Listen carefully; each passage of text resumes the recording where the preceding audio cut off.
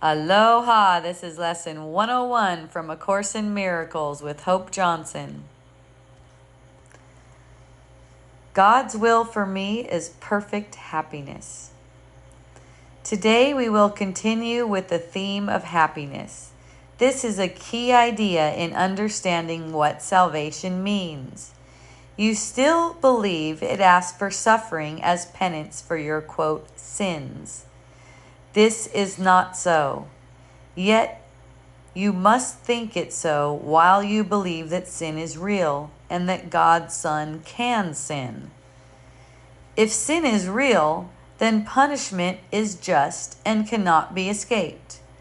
Salvation thus cannot be purchased but through suffering.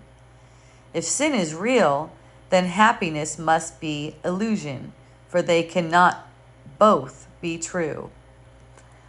The sinful warrant only death and pain, and it is this they ask for. For they know it waits for them, and it will seek them out and find them somewhere, sometime, in some form that evens the account they owe to God. They would escape him in their fear, and yet he will pursue, and they cannot escape. If sin is real, salvation must be pain. Pain is the cost of sin, and suffering can never be escaped if sin is real.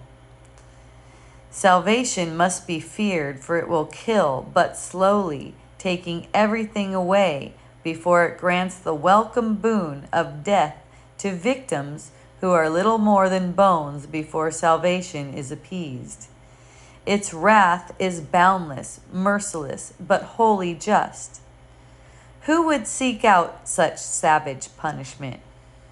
Who would not flee salvation and attempt in every way he can to drown the voice which offers it to him? Why would he try to listen and accept its offering?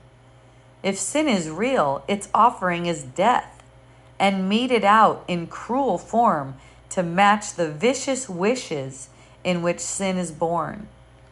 If sin is real, salvation has become your bitter enemy, the curse of God upon you who have crucified his Son. You need the practice periods today.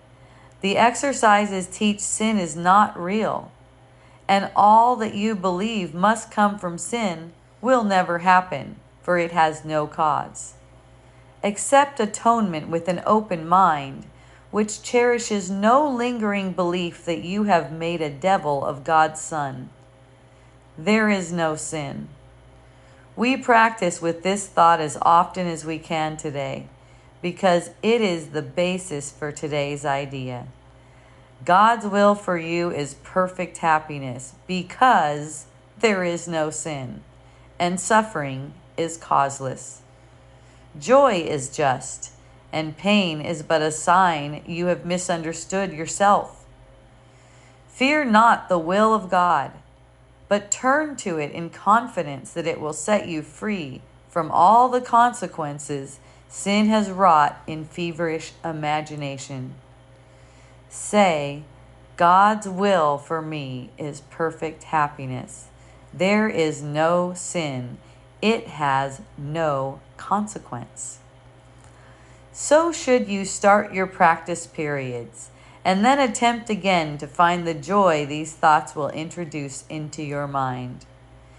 Give these 5 minutes gladly to remove the heavy load you lay upon yourself with the insane belief that sin is real.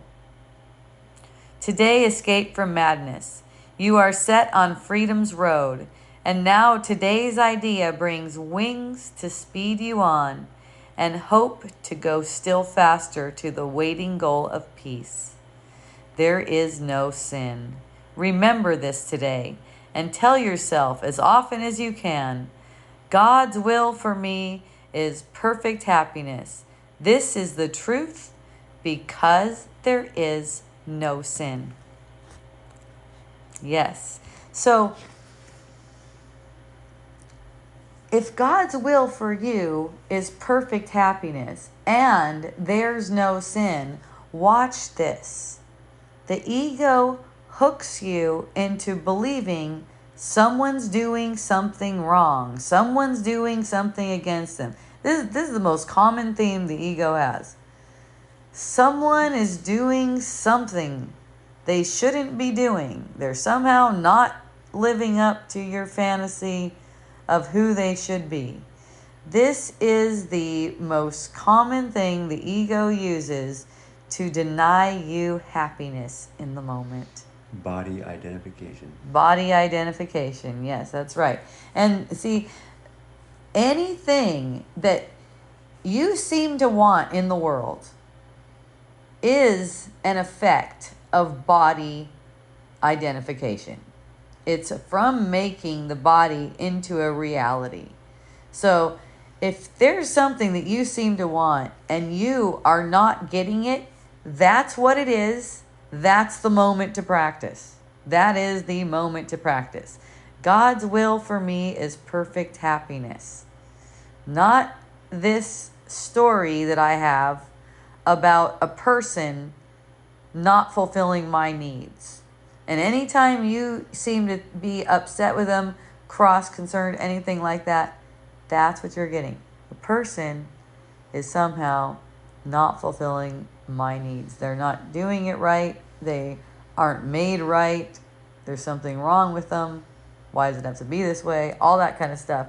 It's just confusion, and it denies the fact that God's will is perfect for you is perfect happiness, and there's no sin anyway, so any of those thoughts are just to hurt you. They're just to cause suffering for you. See, it says, if sin is real, punishment is just and cannot be escaped. We get the sense that we're being punished when we think that someone is not living up to the function we gave them. We get the sense that we're being punished. If only that they could do something different, be different with us. Sin isn't real, guilt isn't real, shame isn't real. Right. It makes happiness an illusion for us. Right? It makes happiness into an illusion, something that we can't have unless there's some kind of change. And, I have seen some of the most amazing transformations in my mind through this, where I'm going through some scenario like this, where my mind just keeps on projecting. It keeps on projecting for this person. It's not doing the things that they should be doing in the right way. And I'm looking at the projections and I'm going, no, I don't accept that. I want to see something else. I want to see him in his perfect innocence. I don't accept anything that hurts. This can't be true. I'm going to use this idea right now, as gripping as it may be and as tempting as it may be. I'm going to use this idea right now to get freedom from the world, not to pursue it and keep on projecting it. What I want is freedom. I want to know God so I can know my perfect happiness and not be making it as if my perfect happiness is something that could be taken from me in the world.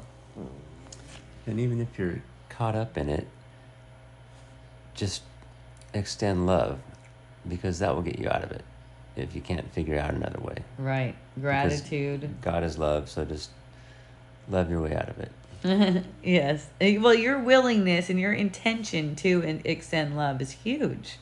If you don't see this particular lesson or whatever lesson you're on at the moment, just your intention to be like, I would like to extend gratitude to that brother, or I would like to extend love to that brother, right? Instead of making yourself into a victim, because that's what's going on. You're making yourself into a victim. If sin is real, you're a victim. If sin is real, you're going to have pain. Love always comes with pain, right? That's a story. That's not really the truth. You can learn through this, of course, in Miracles practice, that love does not have to come with pain. And true love doesn't come with pain. True love doesn't even know pain. True love would overlook anything that seems painful and related to bodies. Right? Everything that's painful is an idea that's related to bodies. Sometimes there's just misunderstandings and you just don't understand how things are. And then you can just let yourself know that you're just experiencing misunderstanding and there's nothing to it, even though your head might be mixed up a little bit. You just extend love anyways, and even though you're confused, you just know that you're not the one that's confused, you're just experiencing it. Yes, that's huge. Yeah, that you're behind whatever you seem to be experiencing. You're the unchanging awareness always. Mm-hmm. Don't throw the shame on, don't throw the guilt on. Yeah. Just love God's Son. That's how you escape a sinful, imaginary, sinful world that you made. So, hooray, enjoy, aloha.